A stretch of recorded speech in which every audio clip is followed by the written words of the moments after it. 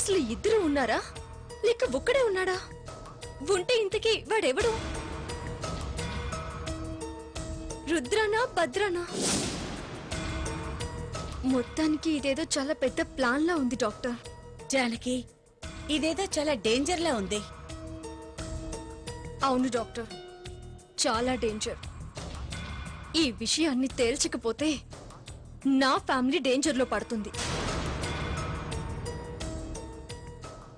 వాళ్ళిద్దరూ ఒకేలా ఉంటారు. సో చనిపోయింది భద్ర కాబట్టి బతికున్నది రుద్ర అనుకుంటున్నాము. ఒకవేళ రుద్ర చనిపోయింటే అసలు భద్రాని రుద్రలో ఎందుకు యాక్ట్ చేయకూడదు? అంత అవసరం వారికేంటి జానకి? భద్ర ఒక హంతకుడు, రుద్ర పోలీస్ ఆఫీసర్. ఒక హంతకుడు పోలీస్ ఆఫీసర్ అయితే వాడికి చాలా అడ్వాంటేజెస్ ఉంటాయి. జానకి, మన చేతుల్లో ఉంది కాబట్టి మనం ఊహించగలిగాం, కానీ కనిపెట్టలేంగా. ప్రయత్నించొచ్చు కదా డాక్టర్.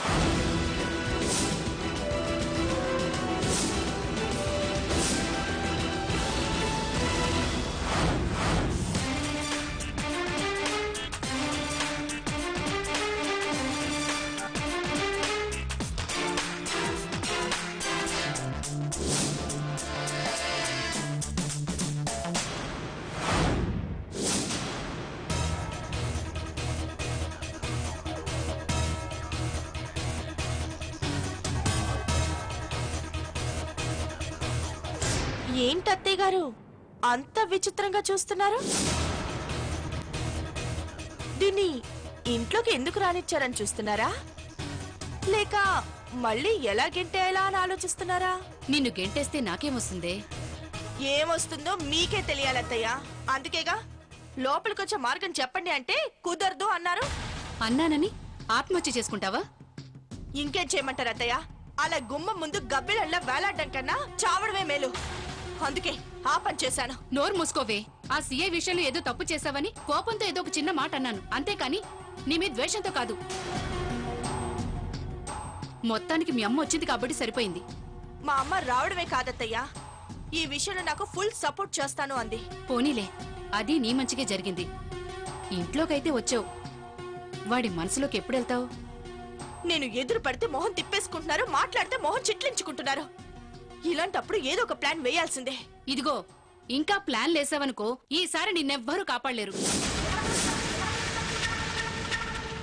ఏం చెయ్యాలో నేను చెప్తాను, విను.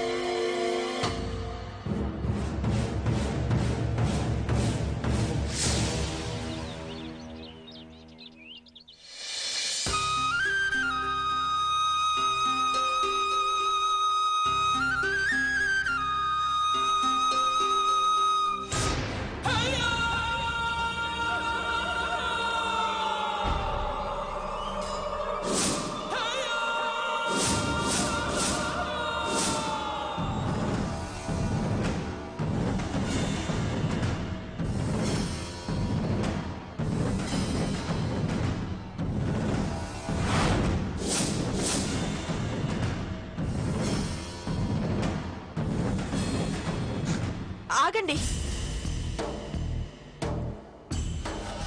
నాతో మాట్లాడడం మీకు ఇష్టం ఉండదని నాకు తెలుసు. ఒక్క మాట చెప్పి వెళ్ళిపోతాను. ఇంకెప్పుడు మీతో మాట్లాడను కూడా.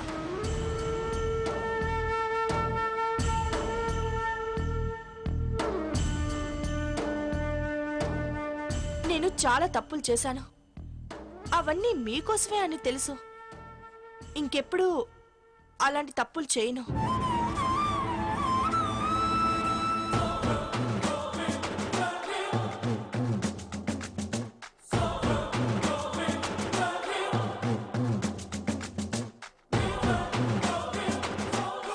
చెప్పడం అయిపోయిందా?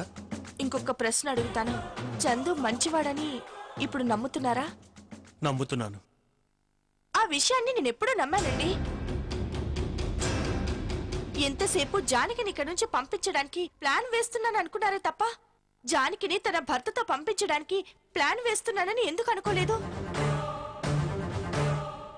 మీరిప్పుడు చేయాలనుకున్న పని నేను ఎప్పుడూ చేశాను. అది తప్ప?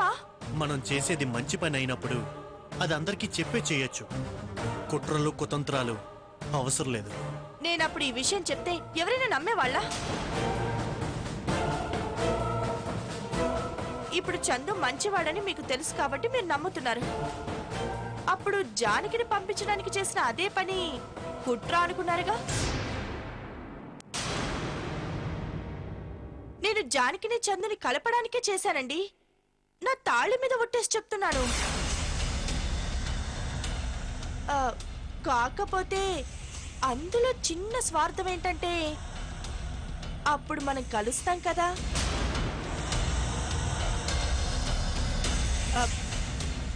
ఇవన్నీ వినేసి వెంటనే నన్ను క్షమించబడడం లేదు. కనీసం కొత్తగా ద్వేషించకపోతే చాలు. ఇంత చెప్పినా మీరు నమ్మకపోతే నేను చేసేదేమీ లేదు.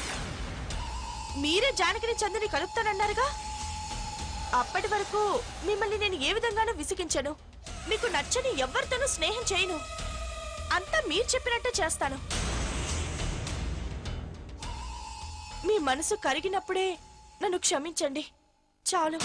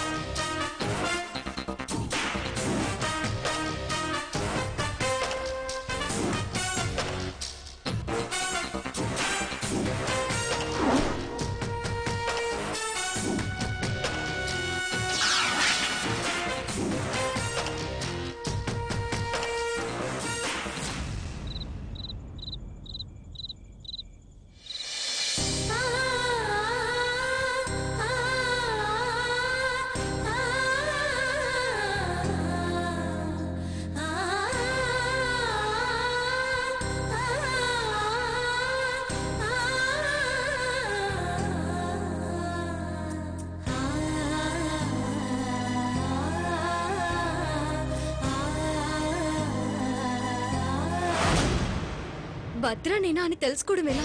అదంత ఈజీ కాదేమో జానకి. కానీ ఎలా అయినా సరే కనిపెట్టాలి డాక్టర్. అదే ఎలా అని? అది అర్థం కాకి బుర్ర బద్దలు కొట్టుకుంటున్నాను.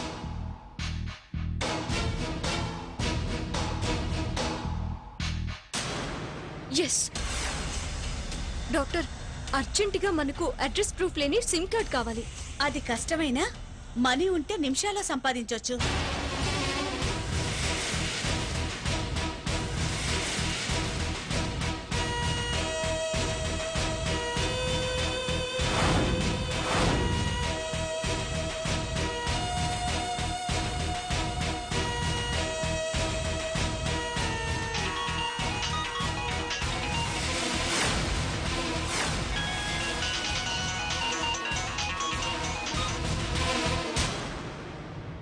హలో భద్రా. అవును నేనే, చెప్పండి.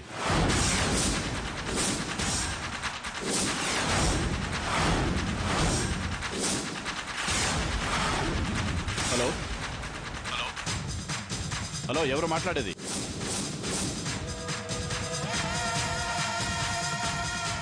నో డౌట్ వాడు భద్రనే. ఇంత ఈజీగా దొరుకుతాడని అనుకోలేదు.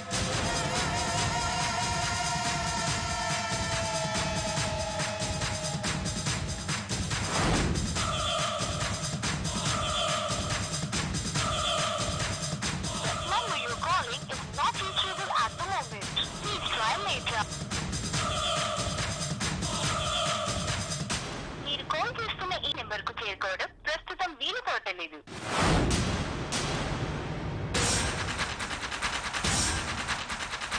ఈ నెంబర్ ఎవరిది? ఎవరో లేడీ ఫోన్ మాట్లాడి తర్వాత స్విచ్ ఆఫ్ చేయడం ఏంటి? Something is wrong.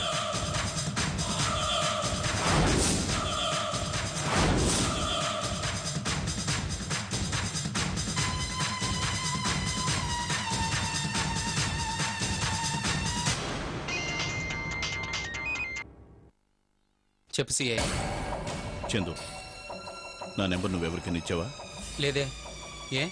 ఇందాక నాకెవరో లేడీ ఫోన్ చేసి భద్రానా అని అడిగింది. నేనేదో మూడ్లో ఉండి అవును నేనే చెప్పు అన్నాను. తర్వాత ఫోన్ స్విచ్ ఆఫ్ వస్తుంది. ఎవరై ఉంటారు? నాకెందుకో జానకి ఏమోనని అనుమానంగా ఉంది.